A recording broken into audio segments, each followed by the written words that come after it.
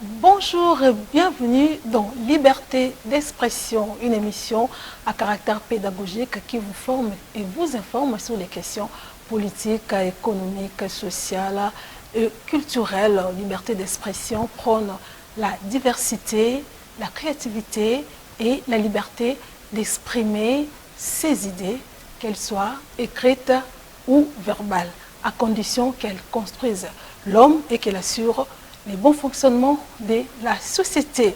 Aujourd'hui, nous parlons de la culture, précisément la littérature. Je vous amène à la découverte d'un roman écrit par Ruth Audrey Sassa qui s'intitule Spectre, un roman de 100 pages publié aux éditions Colline Inspirée. Dans ces romans, l'auteur nous fait découvrir les différentes facettes dans des vices de son temps ou du siècle présent. Elle parle de l'envie, entre perdition et rédemption, il n'y a pas que la rime qui prime. Voilà. De quoi parlent exactement ces romans? Les éléments de réponse avec l'invité qui est présent sur ces plateaux. Elle s'appelle Audrey Sassa, à qui je dis bonjour. Bonjour Audrey. Bonjour Madame Euphrasie, bonjour tout le monde. Comment allez-vous? Je me porte très bien, merci. Et vous? Très bien, merci de répondre à notre invitation. Merci à vous surtout pour l'invitation. D'accord, avant d'entrer dans les vifs du sujet, je voudrais d'abord que vous nous parliez de vous. Qui est Audrey Sassa? Alors, je réponds au nom de Ruth Audrey Sassa Lobota. Je suis une étudiante en deuxième année, partant à la troisième année de médecine à l'Université protestante au Congo. Je suis, comme vous l'avez si bien souligné, écrivaine. J'ai écrit ma toute première œuvre qui s'intitule Spectre. Voilà, Audrey, vous dites que vous faites la médecine. Parlez-nous un peu de votre passion pour la lecture. Comment vous êtes retrouvée à écrire? À première vue, si je dois parler en termes de passion, je ne dirais pas que c'est une passion, mais je dirais que c'est quelque chose qui est né en moi, parce que c'est quelque chose auquel j'ai pas eu à forcer, mais c'est venu naturellement et j'ai commencé à écrire depuis toute petite, depuis l'âge de 8 ans. Oui, qu'est-ce que vous avez écrit la première fois? C'était un livre? C'était quoi? Vous écrivez des articles ou quoi? Bon, à 8 ans, c'était des histoires passe-temps, vu que j'étais enfant, mais j'étais quand même passionnée d'écrire. J'ai écrit une œuvre en 2019, mais cette œuvre n'a pas été publiée. C'était un essai que j'avais écrit de telle manière que j'essaie un peu et que j'essaie d'édifier mon entourage. Oui, quelle est votre source d'inspiration? Ma source d'inspiration. Bon. C'est une question assez équivoque parce que ma source d'inspiration, elle vient plus de l'observation. C'est lorsque j'observe plus que je suis plus que concentrée. C'est lorsque j'observe que je suis ancrée à écrire. D'accord. Dites-nous, Audrey Sassa, pourquoi la titraille Spectre? Le titre Spectre signifie, il y a diverses significations, ça c'est vrai, mais du moins par rapport à l'histoire du roman, Spectre signifie tout simplement l'apparition des morts ou des fantômes.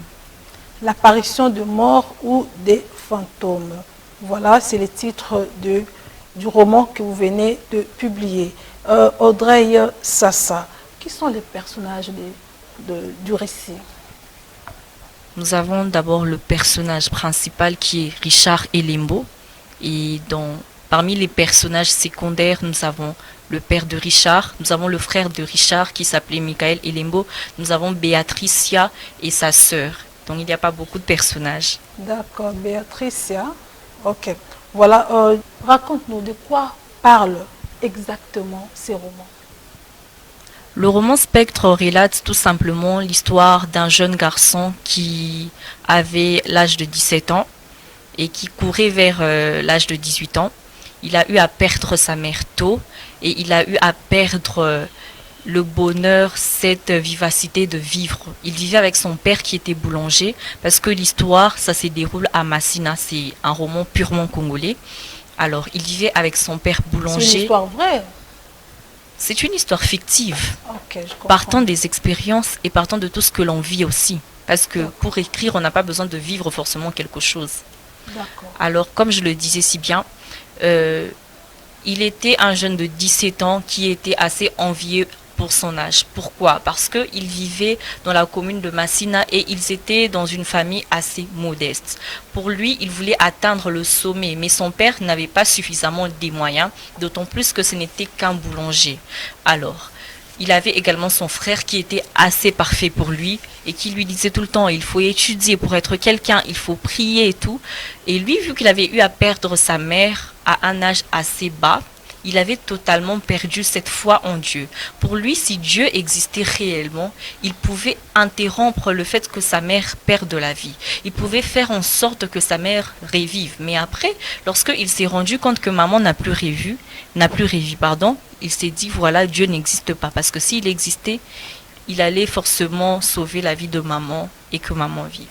Oui, Audrey, en relatant ces récits, quel est le message que vous voulez transmettre à ceux-là qui vous écoutent ou bien ceux-là qui ont déjà lu et qui vont lire ces romans? L'histoire est assez interpellante parce que, comme j'aime bien le dire, c'est un roman interpellateur, un roman interpellant. Ça interpelle et éveille la conscience de la jeunesse congolaise parce que le roman parle de Richard Elembo, qui était assez envieux pour son âge. Beaucoup de personnes pourront peut-être se poser la question de savoir, mais pourquoi vous parlez d'un jeune garçon qui venait d'une famille modeste, mais vous parlez également de l'apparition des morts ou des fantômes. Alors, cela vient tout simplement du fait qu'il voulait s'enrichir malgré son jeune âge. Il voulait atteindre le sommet. Du coup, il n'avait pas le moyen. C'est là maintenant qu'il ira voir son ami du quartier appelé Jordan, qu'on appelait autrement Zekete comme surnom. Et c'est Zekete qui va le présenter à un féticheur au nom du vieux Malais qui va l'aider à s'enrichir. Partant de cette richesse, il devait normalement sacrifier quelque chose qui lui était cher, mais il ne s'en rendait pas compte. En sacrifiant quelque chose, il avait eu à sacrifier la vie de son père. Et c'est là qu'il va s'enrichir. Et lorsqu'il va essayer de s'enrichir, il aura tout ce qu'il aura, mais il ne sera pas heureux, il ne sera pas content, il ne vivra pas une vie de paix. Il ne vivra pas une vie paisible. C'est partant de là maintenant qu'il y aura l'apparition des fantômes, l'apparition des spectres, parce qu'ils auront à lui dire, tu es de nôtre, tu ne peux pas chercher à te convertir, tu ne peux pas chercher à quitter notre monde parce que tu es des nôtres. Et c'est là maintenant que ça intervient maintenant l'interpellation à la jeunesse congolaise, parce que quelque part il y a aussi des gens, des jeunes gens qui ne travaillent pas mais qui se disent que demain je serai un chef, demain je ferai quelque chose. Oui, ce n'est pas mauvais, on a tous des ambitions, on a tous des rêves, mais après ce qui permet à ce qu'un rêve se réalise, c'est ce que l'on fait. Et il y a des gens qui ne se mettent pas dans l'exécution, ils sont là, ils attendent la main d'une personne afin d'aller plus loin. Alors ça interpelle tout simplement la jeunesse congolaise de telle manière que si tu veux atteindre le sommet, tu n'as pas besoin d'aller chez un féticheur, tu n'as pas besoin d'aller par des chemins assez noirs pour être quelqu'un. Mais tu n'as qu'à être toi et à t'accrocher surtout à tes objectifs. Et si tu n'es pas croyant, ce n'est pas un problème. Mais si tu es croyant, tu t'accroches à ton Dieu et tu verras également que tu iras un peu plus loin. D'accord, Audrey, ça. Quelle lecture faites-vous de la jeunesse actuelle? Est-elle dynamique? Est-elle envieuse? Que direz-vous de la jeunesse actuelle? Merci d'abord pour la question. Il y a une très grande problématique avec la jeunesse actuelle.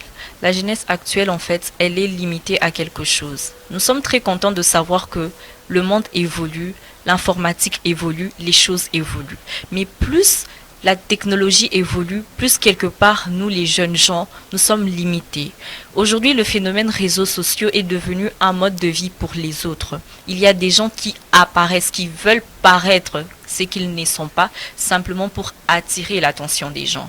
Alors la jeunesse d'aujourd'hui, elle est assez endormie quelque part parce qu'elle est toujours dans ces domaines-là de vouloir impressionner les autres, de vouloir être ce qu'ils ne sont pas, juste pour attirer l'attention des autres et pour attirer surtout des fausses amitiés. Alors, elle n'est pas du tout dynamique, elle n'est pas non plus stable, mais elle est assez envieuse. Elle n'est pas du tout, elle n'est pas aussi travailleuse. Je ne pourrais pas généraliser le cas parce que nous savons quelque part qu'il y a des jeunes quelque part qui se battent durement et surtout honnêtement afin de rapporter du pain, afin de se tapoter la poitrine et de se dire que non, si j'ai pu rapporter ce pain, c'est parce que j'ai travaillé durement. Mais après, nous devons nous le dire, c'est une vérité, c'est une réalité. Les jeunes Congolais n'aiment pas travailler, n'aimons pas travailler. Je ne peux pas m'exclure parce que je suis une jeune Congolaise. On n'aime pas travailler. Nous voulons avoir quelque chose sans pour autant travailler comme tel. Alors quelque part, oui, nous sommes des fainéants parce que nous attendons la manne sans pour autant travailler. D'accord. Vous avez dit que dans ces romans, vous nous faites découvrir les différentes facettes d'un des vices de votre temps, du temps présent. Vous avez parlé de l'envie. Entre perdition et rédemption, il n'y a pas que la rime qui prime. Qu'est-ce que vous voulez dire par là? La rédemption fait référence à ce que l'on appelle aujourd'hui la repentance. Et par rapport à la rime, c'est pas simplement rédemption, j'entends les mots qui s'y ressemblent, mais c'est aussi cette envie. Parce que quelque part, nous sommes envieux. Quelque part, on travaille pas. Et lorsqu'on travaille pas, on aimerait forcément atteindre un certain sommet. Et pour atteindre ces sommets rapidement, il faudrait passer par un chemin assez court, mais qui va nous emmener à une joie qui sera peut-être courte, mais du moins assez rapide. Et lorsqu'on parle de, il n'y a pas que la rime qui sonne là-dedans, cela veut simplement dire que ce sont des mots qui semblent être assez similaires, mais ce sont des mots qui sont quelque peu contraires. Parce que dans la rédemption, nous voyons ce qui est juste. Dans la rédemption, nous voyons ce qui sort du noir pour aller vers le blanc. Tandis que dans l'envie, il y a ce qui est assez mauvais, ce qui est une sorte d'interdiction pour l'homme. D'accord. L'envie, c'est une sorte d'interdiction pour l'homme. Oui, si nous revenons dans les récits, Richard, quelque part, je lis, Richard vivait dans la solitude. Richard a été replié sur lui-même. Richard se sentait seul, se sentait délaissé, déconsidéré, comme s'il était ignoré. Est-ce que les parents aussi n'ont pas, bon, les papas de Richard n'avaient pas aussi une part de responsabilité parce qu'ils se sentaient vraiment délaissés, parce que être loué, être encouragé, tout ça, l'attention, ce sont des besoins c'est naturel. Vous ne voyez pas que le papa de Richard avait aussi une part de responsabilité, tout ce qui est arrivé à Richard. En effet, oui, et c'est aussi un autre vice dans la société. Généralement, lorsqu'un enfant perd sa mère, bon, la rime dirait que perdre un père, c'est perdre un repère. Mais moi, j'aime bien dire perdre une mère, c'est perdre un vrai repère. Parce que la mère, c'est la base. Et lorsque un enfant perd sa mère, surtout à un jeune âge, l'enfant sera déstabilisé émotionnellement.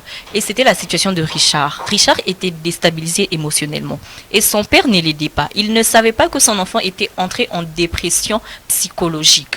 L'enfant est entré en dépression psychologique et son père avait l'impression que son enfant optait pour le mauvais chemin, tandis qu'il ne savait pas ce qu'il faisait et il avait besoin d'être conduit. Voilà pourquoi ça lui arrivait d'être seul, parce que il pensait plus, il se disait plus, tout ce que je m'imagine, tout ce que je pense être bon, pour les autres c'est mauvais. Et tout ce que les autres pensent être bon, pour moi c'est mauvais. Parce que j'ai vécu quelque chose, personne ne m'a soutenu. Et aussi c'est une sorte d'interpellation pour les parents. Lorsque vous vivez à deux et que vous perdez votre compagnon et que vous avez votre compagne et que vous avez des enfants, vous devez investir sur les enfants parce que les enfants sont beaucoup plus fragiles. Ils s'attachent aux parents et lorsqu'ils s'en détachent, lorsque l'un part si tôt, ça déstabilise les enfants. Et c'était la situation de Richard. Et quel message lancerez-vous? Parce qu'il y a aussi des parents qui sont en train de nous suivre maintenant là, quel message lancerez-vous aux parents, la manière dont ils sont censés traiter les enfants à la maison? Qu'est-ce que vous leur direz? D'abord, il faut traiter les enfants de manière équitable. Il ne faut pas qu'il y ait des préférences parce que c'est mon fils aîné, c'est le plus intelligent. Nous savons tous que dans nos familles, on n'a pas tous la même intelligence. Il y a quelque part entre nous certains qui ont certainement dévié, certains qui ne sont pas du tout... On n'est pas tous clean, ça c'est très vrai. Mais après, je suis contre les parents qui ont une sorte de favoritisme avec certains enfants. Vous avez 3 enfants à la maison, mais il y a un enfant parmi les 3 qui paraît peut-être plus intelligent, plus poli, plus docile. Alors, aidez celui-là de telle manière qu'il aide également ses frères afin qu'ils soient comme lui. Et non, ne montrez pas à vos enfants, à ces enfants-là, plus d'intérêt pour l'autre que pour eux qui restent. Non. C'est une question d'amour. Parce que lorsque vous aimez vos enfants, vous devez tous les aimer de la même manière. C'est comme Dieu qui nous aime tous de la même manière. C'est pas parce que je suis un homme de Dieu, une servante de Dieu, que Dieu va m'aimer plus que quelqu'un qui ne croit peut-être pas. Non, Dieu nous aime tous de la même manière. Et la Bible elle-même, elle dit que un parent, c'est un Dieu de la terre. Alors tant que tu es un Dieu de la terre, ça doit être une interpellation pour toi, de telle manière que tu aimes tous tes enfants d'une manière équitable. D'accord. Et que direz-vous à cet enfant-là, cette fille ou ces jeunes garçons qui se retrouvent dans la même situation que Richard et ils se sont délaissés, il est émotionnellement abattu, affaibli? Quel message lancerez-vous à cette personne-là? J'aime toujours dire que la solitude, elle n'aide personne. Une personne introvertie, c'est peut-être quelqu'un qui est quelque part bien avec tout le monde, qui passe souvent son temps avec des gens. Mais quelqu'un de solitaire, c'est une personne qui n'aime vraiment pas passer du temps avec quelqu'un, avec des gens. Alors, la solitude, ça n'aide pas du tout. J'ai dit toujours, lorsque tu as un problème, c'est vrai que peut-être dans ta famille, il n'y aura pas forcément quelqu'un qui pourrait te comprendre à 100% ou même à 60%. Mais nous avons tous des encadreurs. Nous n'avons peut-être pas tous des encadreurs, mais nous avons tous un entourage et dans notre entourage, il y a forcément quelqu'un qui sait nous écouter. Cette personne qui sait peut-être nous encourager, pas comme telle, ça c'est vrai, mais du moins cette personne qui est parfois là pour nous et qui nous guide. Alors ce n'est pas très bien de garder des choses pour soi, de camoufler des choses pour soi et de se dire que si j'en parle, on va se moquer de moi. Si j'en parle, ils ne vont pas me comprendre. C'est vrai que personne ne pourra plus nous comprendre que nous-mêmes. Mais c'est toujours important de s'ouvrir quelque part. Moi, j'ai dit toujours que l'écriture, en fait, ça m'aide à me libérer. Ça m'aide à voyager et ça me permet de m'ouvrir comme tel. C'est vrai que ce ne sera pas le même avis pour tout le monde. Mais si pour toi, pour t'ouvrir, pour... sortir de ta zone de confort, tu dois peut-être peindre, dessiner, chanter. Vas-y, fais-les tant que c'est pour ton bien. Parce que nous sommes comme un volcan. Quelqu'un qui camoufle des choses est comme un volcan. À un moment donné, ça va exploser et il y aura des larves qui vont couler. Alors ça, c'est pas très bien parce que lorsque ça coule, ça fait mal. C'est un peu comme une sorte de chaleur, ça brise de l'intérieur. Alors, une dépression intérieure, ça n'aide personne. Toi qui m'élis, toi qui m'écoutes en ce moment, je te dirais tout simplement que nous sommes tous passés par des moments de dépression, par des moments difficiles. Ça n'a pas été facile de s'ouvrir comme tel à quiconque. Mais après, il y a toujours cette voix qui nous permet en fait de nous sentir chez nous et de partager nos problèmes. Pas forcément avec quelqu'un, peut-être tu peux te retrouver seul sous la douche ou dans les toilettes. Tu te regardes dans le miroir, tu te parles à toi-même. Tu verras que cet exercice, ça va t'aider de telle manière que tu te délivres un peu du problème que tu as au-dedans de toi. Oui, vous avez parlé de la solitude qui a été devenue la fidèle alliée du Richard. Et cette solitude a fait à ce que Richard puisse développer des mauvaises pensées. Dites-nous, à part la solitude, quels sont les comportements ou attitudes qui peuvent aussi amener quelqu'un à développer ce genre de pensées qui sont nuisibles? Les pensées noires interviennent beaucoup plus lorsque nous sommes d'abord seuls. Parce que je ne peux pas être avec quelqu'un. Parce que quand je suis avec quelqu'un, j'aurai à parler avec la personne. Bon, à moins que la personne ne me parle des sujets assez négatifs. Mais si nous parlons des choses assez nobles, je ne pense pas que je penserai à des choses négatives. Alors, quand est-ce que intervient interviennent les pensées noires. Les pensées noires interviennent partant de ce qui vient de notre cœur, parce que c'est le fondement de notre cœur qui peut produire quelque chose. Quand déjà de loin, j'avais déjà cette façon-là de voir les choses, de concevoir les choses, je me dis que non, moi je veux être comme ça, je veux être riche. Pourquoi telle personne a telle chose et moi je ne suis pas comme ça? Pourquoi cette personne a telle richesse et moi je ne suis pas comme ça? On développe déjà en nous cette haine, et c'est cette haine qui permettra en sorte que nous nous restreindrons des gens, qu'on devienne solitaires. Et lorsqu'on est encore plus seul, on aura à développer des pensées qui vont nous pousser à avoir des idées assez noires. Et pas seulement ça, ça peut nous pousser à sombrer dans la drogue, à sombrer dans des choses pas très bonnes. Et ça détruit intérieurement quelqu'un. Que faut-il faire alors? Faut-il changer notre façon de voir les choses ou les circonstances qui nous arrivent dans la vie? Qu'est-ce qu'il faut-il faire pour avoir une bonne façon de voir les choses, une bonne perception? Parce que quand il y a une mauvaise perception, une mauvaise façon de se voir, et ça fait que la personne puisse voir l'autre, puisse haïr l'autre, puisse envier, ainsi de suite. Comment est-ce que la personne peut se voir, peut s'accepter? Comment la personne peut s'accepter? Peut se voir la perception, parce que c'est aussi la base. Hein? Oui, comme je l'ai dit, tout part de l'intérieur. Parce que c'est que nous sommes de l'extérieur. Oui, comment se voir? Comment se percevoir? Comment se percevoir? Bon, comme je suis en train de le dire, tout part de l'intérieur avant tout. C'est lorsque tu t'acceptes toi-même. Tu t'es dit, au-delà du fait qu'il y ait peut-être quelqu'un qui a plus que moi ou qui est plus que moi, c'est que je suis, c'est déjà plus que c'est que les autres n'y sont. Parce qu'il y a aussi quelqu'un quelque part qui peut t'envier, te dire que non, tu es mieux que moi. Mais toi, quand tu te regardes, tu t'es dit, je ne me suffis pas. La confiance de soi est très importante. Je pense que c'est quelque chose que beaucoup de jeunes Congolais, nous ne développons pas. Parce qu'on est très souvent là sur la défensive. On est tout le temps là, moi je ne suis pas, je n'ai pas. Je ne sais pas si je serai. Je ne peux pas. Je ne peux pas. Je n'y arriverai pas. Déjà, tu mets une certaine limite en toi. Lorsqu'on croit en nous, lorsqu'on a confiance en nous, quand on te dise, tu es comme ça, tu fais ça, ça ne va pas marcher. Dis-toi simplement que je crois en moi. Tant que je crois en moi, je pense que même si on vient me décourager, même si on vient me dire telle ou telle chose, je n'atteindrai pas un certain niveau où ça va me pousser à une certaine dépression. Parce que je me connais, je sais ce que je vaux, je sais ce que je veux, et personne ne viendra mettre en moi une idée noire. Les idées noires viennent beaucoup plus des personnes qui sont assez sensibles physiquement et émotionnellement, psychologiquement. Je sais déjà en toi, je ne crois pas en moi, je ne pourrai pas atteindre ces niveaux-là. Quelqu'un vient, te dit, tu vois, tu ne pourras pas.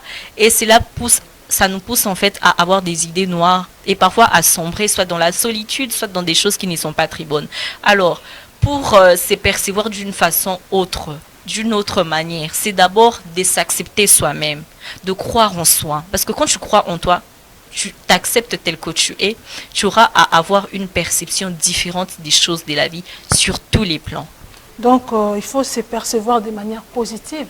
Exactement. Toujours la positivité en toutes choses, en toutes circonstances. Ça nous permet d'éviter beaucoup de pensées noires et d'éviter beaucoup de dégâts, surtout venant de l'intérieur. Quelle que soit la nature de la circonstance. Exactement, parce qu'il y a des situations qui sont désastreuses. Tu regardes la situation, tu te dis, mais c'est trop fort. Mais qu'est-ce qui se passe? Qu'est-ce que j'ai mérité? Richard s'était dit, j'ai perdu ma mère. Dieu pouvait interrompre cela. Mais Dieu a fait assez que ma mère puisse partir, dont Dieu ne m'aime pas. Exactement. Et il a tourné le dos à Dieu. Exactement, exactement. Et quand déjà tu perçois les choses négativement, tu n'auras pas à développer cette perception positive des choses. Je pense que ce n'est pas facile, ça c'est très vrai. Surtout perdre un parent, ce n'est pas facile. Et c'est dire que non, je dois percevoir ça d'une manière positive. Mais qu'est-ce qu'elle raconte? Elle raconte n'importe quoi. Mais disons-nous toujours que dans chaque circonstance, toute chose arrive belle en son temps. Et ce n'est pas pour rien que certaines choses nous arrivent. Certaines choses nous arrivent de telle manière qu'on soit beaucoup plus édifié et que l'on grandisse encore plus dans notre façon d'y faire. D'accord, nous devons nous voir de manière positive, avoir des pensées positives et non négatives, quel que soit le problème qui nous arrive. Merci beaucoup, Rite Audrey Sassa, pour ces romans. Parlons encore de Richard. Audrey, quel a été le sort de Richard? Par rapport à l'histoire. Par rapport à l'histoire. Ok. Ouais, c'est de cette histoire que nous parlons. Bien sûr, bien sûr, bien sûr. Alors, Richard va curieusement finir de la plus belle manière. Moi, j'appelle ça la plus belle manière parce que, fin de compte, au-delà de toutes les choses qu'il avait eu à vivre, au-delà de l'apparition des spectres, au-delà de la mort de son père, au-delà du relâchement des hommes, parce que à un moment donné, il aura à perdre également. Il n'avait pas des amis, mais il aura à perdre des gens. Il sera pointé du doigt. Au-delà de toutes ces choses, il s'était bien évidemment repenti et il avait trouvé le chemin de Dieu. Oui, l'apparition des spectres était arrivée. À quel moment Richard avait commencé à voir des fantômes, n'arrivait plus à dormir? C'est parce qu'il n'avait pas voulu obéir aux ordres donnés par le vieux, comment il s'appelle encore? Le vieux Malais. Le vieux Malais lui avait donné des conditions. Oui, oui, le vieux Malais. Il devrait obéir, se soumettre. Oui, oui, comme je pense l'avoir dit au début, le vieux Malais lui avait donné des conditions qu'il devait forcément respecter. Mais à un moment donné, vous voyez, l'homme a cette partie sensible en lui. À un moment donné, son père va gravement et sérieusement tomber malade et il se dira non, je dois aller voir mon père. Au-delà de ces conditions, il y a d'abord cet amour que je porte à mon père. Et c'est partant de là qu'il vont se passer énormément des choses et pas des choses bonnes en tout cas. Et c'est maintenant là qu'interviendra l'apparition des fantômes. Parce qu'il était tout le temps tourmenté. C'était tout le temps, tu ne peux pas aller là-bas, on t'a interdit telle chose. Tu dois respecter ça. Sinon, si tu ne respectes pas ça, tu vas mourir, tout ça, tout ça.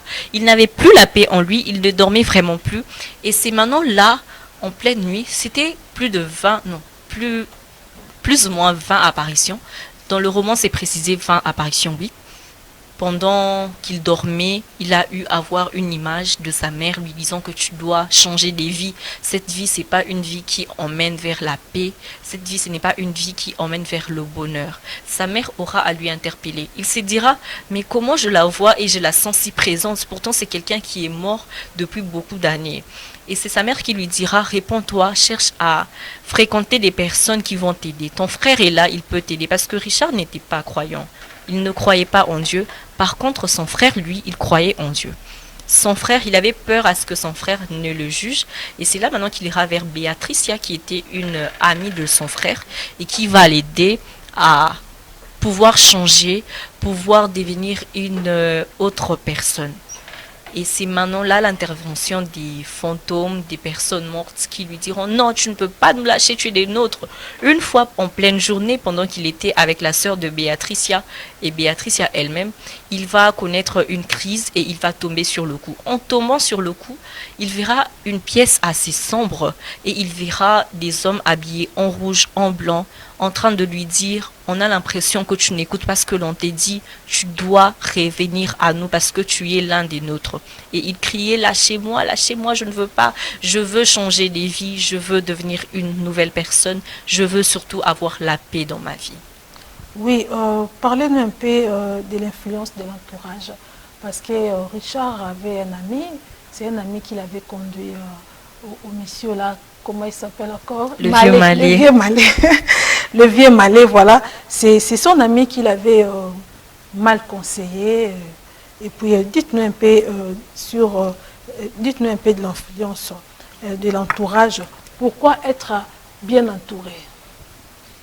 En tout cas, être très bien entouré, c'est très important parce que on fait, je pense, la moitié, on représente, disons, la moitié de notre entourage. On fait, je pense, 1/5 des personnes qui nous entourent. Alors, si je suis entourée des personnes qui me boostent à toujours faire le mal, automatiquement, je deviendrai quelqu'un de mauvais.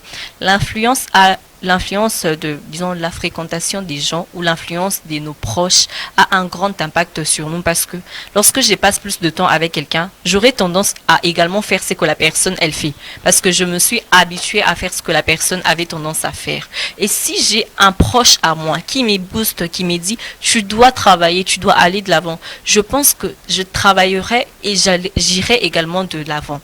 Par contre, si je suis entourée des personnes qui ont qui sont assez néfastes pour moi, pour ma santé mentale, parce que on doit se le dire, toutes les relations, que ce soit amicales, familiales, amoureuses, tant que ces relations-là détruisent notre santé mentale, ce sont des relations à catégoriquement couper. Catégoriquement. Parce que lorsque je suis avec quelqu'un, je dois me sentir bien. Que ce soit mon frère, que ce soit mon ami. Je dois me sentir bien avec cette personne. Mais lorsque je suis avec la personne et qu'il y a des changements en moi, des changements négatifs surtout, ce ne sont pas des bonnes choses. Richard, par contre, c'était quelqu'un de restreint. C'était quelqu'un de solitaire surtout. Il n'avait pas d'amis. C'est en fréquentant les autres qu'il ira entendre que voilà, il y a un jeune du quartier au nom de Jordan qui s'est fait surnommer Zekete, qui aide les jeunes du quartier à s'enrichir.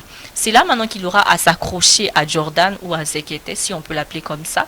Et c'est Zekete qui aura à l'inculquer des choses assez négatives. Déjà, lui, psychologiquement, il était déstabilisé. Alors, il pouvait tout accepter.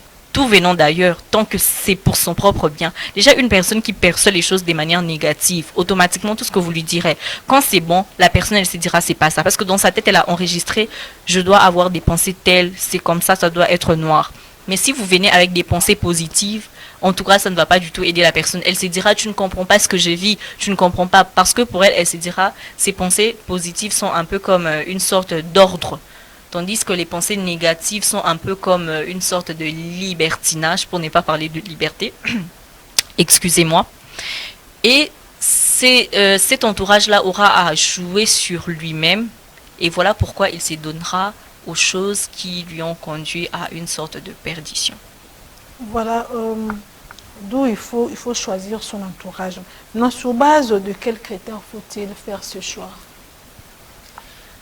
D'abord, avant de faire un choix, il faut d'abord se poser la question si nous, on pourra être le choix de quelqu'un. C'est partant de nos propres objectifs et notre façon à nous d'être que l'on saura que moi, je suis quelqu'un qui est peut-être pacifique.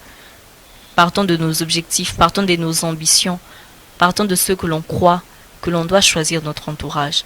Parce que je ne peux pas être une personne objective, je ne peux pas être une personne pacifique et me dire que je dois passer du temps avec des personnes problématiques, passer du temps avec des personnes conflictuelles par exemple, passer du temps avec des personnes fainéantes, ça ne va pas du tout m'aider. Pour faire un bon choix de fréquentation, d'entourage, ça doit d'abord partir de ce que nous sommes. Et c'est une question que l'on doit se poser. Parfois, nous sommes assez exigeants sur certains critères. On veut avoir telle personne de notre vie, mais est-ce qu'on s'est déjà posé la question de savoir si nous, on était peut-être le critère ou parmi les critères d'une personne dans la vie? C'est partant de ce que nous sommes que nous saurons également choisir. Ou parce que moi, j'ai dit, le bien attire le bien. Pas toujours, ça c'est vrai, mais le bien attire le bien. Tôt ou tard, le bien attire le bien. Et quand tu es quelqu'un de bien, tu verras que les amis qui ont une certaine façon différente de voir les choses ne sauront pas s'approcher de toi. Vont s'éloigner parce qu'ils se diront, moi je me souviens, à l'école, on disait que, oh non, tu es trop dure, tu es trop dictatrice. Bon, j'étais pas dictatrice, mais on me disait, tu es trop dure, tu es trop catégorique, il y a des choses que tu n'acceptes pas et tout ça. Bon, moi, c'était ma façon à moi de voir les choses. Et moi, je me disais, ceux qui vont m'accepter. Aux objectifs aussi exactement, on s'est fixé. Exactement, par rapport aux objectifs, parce que moi, je me dis, je dois être ça dans la vie. Si je dois être ça dans la vie, je ne dois pas faire les choses comme tout le monde. Déjà, c'est la première des choses à se dire. Je ne dois pas faire les choses comme tout le monde. Alors, comme je ne veux pas faire les choses comme tout le monde, automatiquement, je dois avoir une façon à moi de vivre, des manières différentes surtout. Alors, quand déjà j'ai ma perception des choses, mes objectifs, et qu'il y a des gens qui s'approchent de moi, mais qui n'ont pas une idée claire de ce qu'ils voudront être dans la vie. Des gens avec qui vous ne partagez pas la même vision. Ça ne va jamais marcher. Ça ne va jamais marcher. Façon de voir les choses. Et si on est assez influençable, c'est ça maintenant le pire, parce que si on est assez influençable, on tombe et puis on perd nos repères. On perd carrément nos repères. Alors le choix d'un bon entourage est très important. Il faut toujours sélectionner par rapport à nos objectifs. Il ne faut pas sélectionner par rapport aux affinités. Non, je connais cette personne, ça fait 10 ans. Oui, c'est bien, c'est beau. Conserver toujours les bonnes valeurs. On dit toujours que, moi je dis toujours que on est appelé à être bien avec tout le monde, mais on n'est pas appelé à être ami avec tout le monde. On n'est pas appelé à être intime avec tout le monde. Parce que ce n'est pas tout le monde qui sera peut-être content d'être avec nous.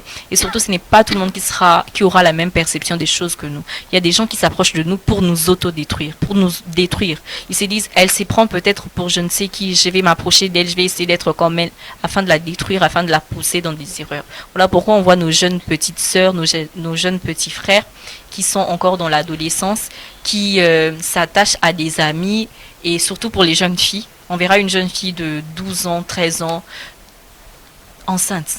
Comment cela est-il arrivé? On sait tous à la maison que tu es calme, que tu es comme ça. C'est partant des amis. Il y a des amis qui s'approchent de nous, non pas parce qu'ils nous apprécient, mais parce qu'ils veulent détruire cette bonne facette de nous. C'est la raison pour laquelle il faut être catégorique par rapport à votre vision, par rapport à vos objectifs, c'est que vous voulez être dans la vie. Très catégorique en tout cas. Donc c'est très important d'identifier ce que tu as et qui tu es. Vous venez de dire quelque chose de très important. Et parce que les objectifs, on les fixe sur base de ce que tu es, ce que tu veux être. Maintenant, comment arriver à identifier, à savoir ce que tu as, ce que tu veux être dans la vie? Comme des enfants, on a tous des rêves. Et ces rêves, pour les atteindre, je l'ai dit au début, ces rêves, pour les atteindre, on doit en faire un plan d'action. Un plan d'action, c'est ce que moi j'appelle objectif. Et c'est partant maintenant de ces objectifs-là. Tu sais que non, moi, parce que moi je me disais ça quand j'étais petite. Audrey, comment découvrir alors ces rêves? Parce que c'est très important. Il y a d'autres enfants qui sont désorientés. Il avait un rêve, par exemple, moi, j'ai rêvé faire ça, devenir tel, tout ça. Mais à un moment donné, il est désorienté, il se retrouve nulle part, il ne sait pas quoi faire. Maintenant, comment identifier? La bonne question serait plutôt de se poser qu'est-ce qui s'est passé pour que cette personne soit désorientée? Parce que parfois, on fait les choses, c'est vrai que l'objectif pour un enfant... la personne est imposée par les enfants. Hein. Souvent, les enfants s'y imposent. Oui, et je voulais dire aussi quelque chose. Parfois, nous sommes... Oui, c'est très important de se dire, je veux faire la fierté de mes parents. Mais je connais des gens qui aujourd'hui font des choses simplement parce que papa avait dit que je sois telle chose, alors je serai telle chose. C'est pas un problème. Le plus important dans la vie, c'est de faire la fierté d'abord de nos parents tant qu'ils sont vivants. Mais après, fais quelque chose que tu aimes. Parce que si tu ne fais pas quelque chose que tu aimes, tu n'auras pas à très bien faire la chose. Malgré parce que, en toute chose, dans tout ce que l'on rencontre, il y a toujours des difficultés. Il y a le temps de la vache grasse et le temps de la vache maigre. Alors, dans le temps de la vache maigre, est-ce qu'on saura supporter les défis de la vie? Est-ce qu'on ne va pas lâcher au cours du chemin? Parce que quand je me dis, par exemple, j'ai fait la médecine, déjà c'est très long, j'ai fait la médecine pour papa ou pour maman, parce que maman a dit que dans la famille, il n'y a pas un médecin. Mais moi, par contre, je veux être juriste, je veux être avocat. Poursuis ton rêve. Comment faire alors? Oui, moi, je me dis, c'est vrai qu'il y a des parents... Tu veux faire la médecine. De l'autre côté, papa dit qu'en tout cas, moi, je veux que nous n'avons pas de juristes de la famille. Vaut mieux être juriste, vaut mieux faire le droit. Maintenant, comment s'accrocher à son rêve? Comment vraiment tenir à son rêve? Comment le poursuivre? Bon, dans l'éducation, bon, tout c'est parfois difficile de contrer un parent. Parce que quand papa t'impose, moi je connais quelqu'un qui a vécu cette situation, la personne était aux humanités, la personne, elle voulait faire la médecine, mais malheureusement, son père lui avait dit non, je veux que tu deviennes avocat parce que moi je voulais être avocat mais j'ai pas pu être avocat. Alors vu que tu es mon fils aîné, vas-y, tu dois être avocat. Aujourd'hui la personne elle a fini et elle aime ce qu'elle aime et elle aime ce qu'elle fait. Bon, ça dépend aussi. On doit se le dire, ça dépend parce qu'il y a des gens, peut-être quelque part tu t'es dit moi, ma vie, c'est être médecin.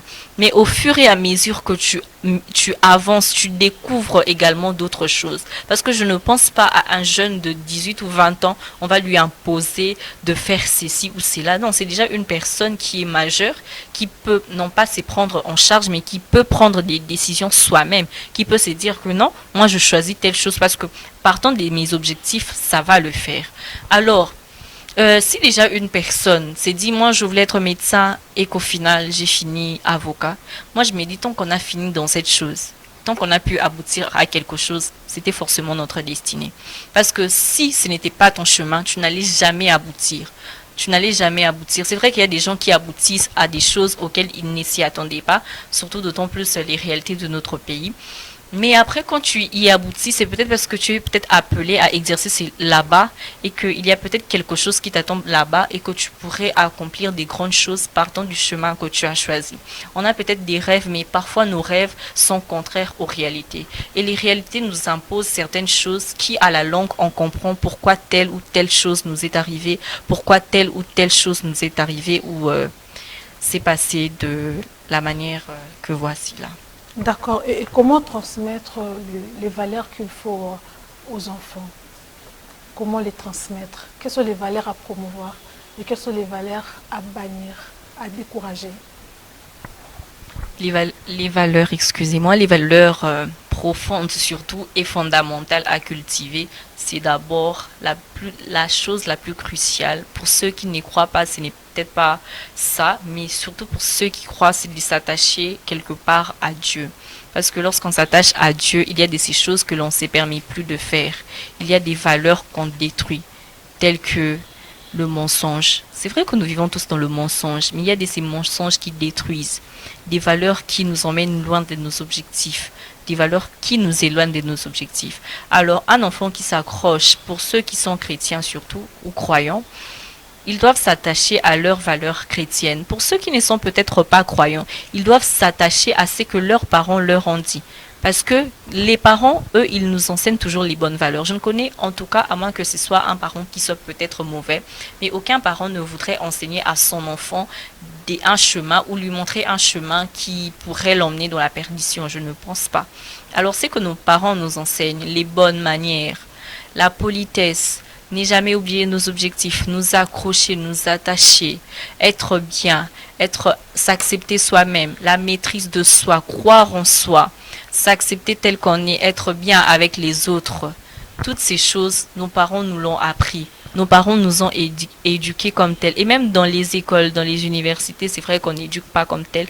Mais il y a toujours des gens, d'une manière ou d'une autre, qui nous interpellent, qui nous parlent, qui nous éduquent. On n'éduque pas quelqu'un en disant vas-y prends ta chaise, assieds-toi là et je vais t'éduquer. Non, c'est partant des conseils. Ayons aussi tendance à écouter nos aînés parce que partant de leurs expériences, on sait acquérir des valeurs, on sait acquérir des choses et on sait se dire qu'il y a des choses que je ne peux pas faire parce que à la maison, on m'a dit que ce sont des choses pas très bonnes. Et partant de l'expérience d'un aîné, j'ai compris que voilà, cette chose n'était pas également bonne. Du coup, je ne peux pas m'attacher à cette chose.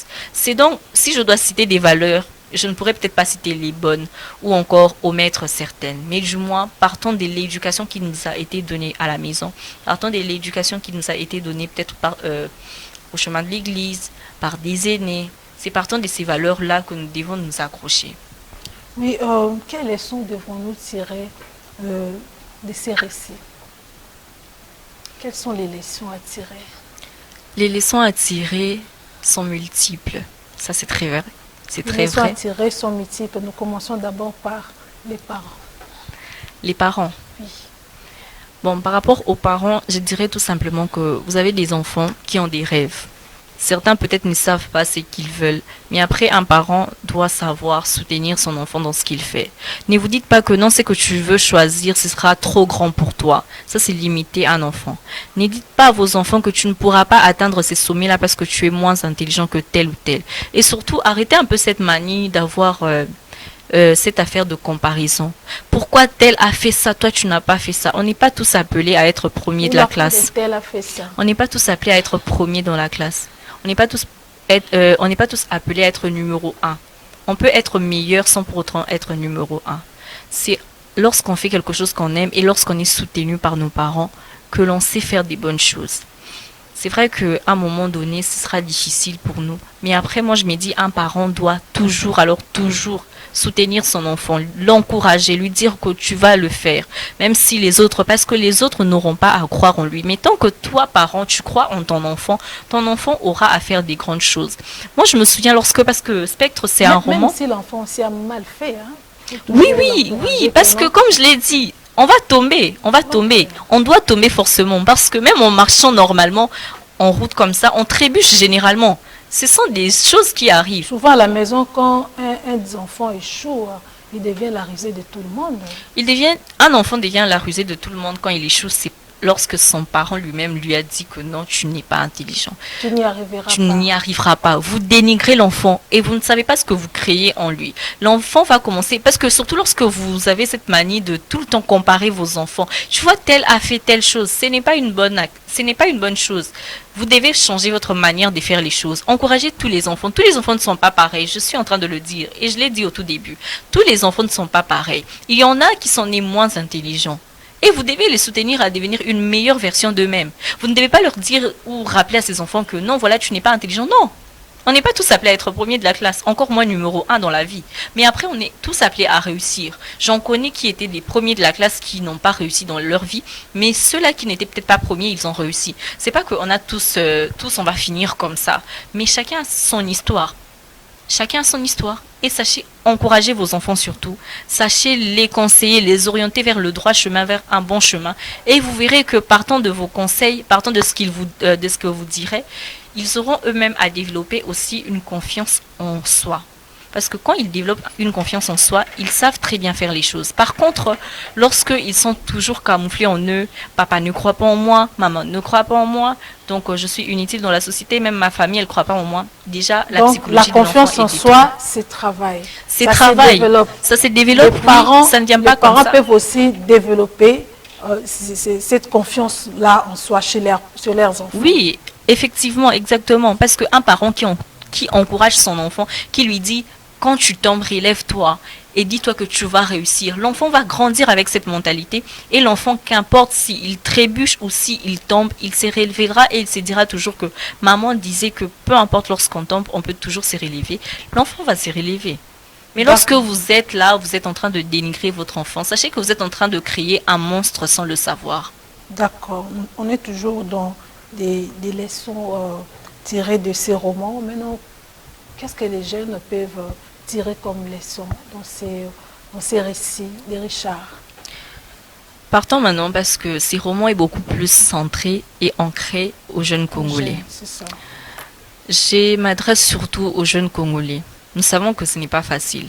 Et on n'est pas tous appelés à vivre dans des familles huppées, dans des familles assez, disons, riches. Il y en a qui sont dans des familles modestes. Mais après, ça ne doit pas être une raison qui va nous pousser, excusez-moi, dans l'envie. Ça ne doit pas être une raison qui va nous pousser à nous désorienter de nos valeurs reçues par nos parents. Quelque part, nous devons savoir que on a tous des objectifs, on est tous appelés à accomplir quelque chose. Peut-être pas tous de la même manière, mais on est appelés à accomplir des choses. On doit travailler durement, c'est ça la chose la plus importante. Aujourd'hui, on est là, nous jeunes Congolais, on ne veut pas travailler. On envie les autres. Je l'ai vu avec une Jeep, mais est-ce que tu sais ce qu'il a fait pour avoir cette Jeep-là? Toi, travaille sur toi, tu as tes objectifs. Accroche-toi à cela, accroche-toi à toutes ces choses que tu connais, mais surtout accroche-toi aux valeurs apprises chez toi. Et dis-toi également que si je m'y accroche, également je vais y arriver. Alors, pour faire court, je dirais tout simplement à la jeunesse congolaise principalement, l'envie ne doit pas nous pousser à nous désorienter. Et arrêtons un peu de tout le temps nous comparer aux autres, parce qu'on s'auto-détruit nous-mêmes. Travaillons durement et à un moment donné, même si ça va prendre du temps, on aura à produire quelque chose de bon partant de ce que l'on a eu à accomplir ou à faire. Parce que quelqu'un qui moissonne aura à récolter quelque chose de bon forcément. Mais quand tu ne moissonnes pas, attends-toi au pire parce que tu n'as pas moissonné, donc tu ne récolteras rien du tout. Donc la meilleure façon pour réussir dans la vie, surtout aux jeunes, c'est de travailler. Exactement, de travailler, de s'accrocher à ses valeurs et à ses objectifs. D'accord. Où peut-on trouver les romans? Le roman Spectre, on peut le trouver à la maison d'édition Colline Inspirée, se trouvant à l'université de Kinshasa. D'accord. Merci beaucoup Audrey. Merci de répondre à notre invitation. Merci beaucoup à vous surtout. D'accord. Oui, nous sommes arrivés à la fin de cette émission. Merci de l'avoir suivi. On se retrouve à la prochaine pour un nouveau numéro. Dans l'entretemps, le programme continue sur votre chaîne.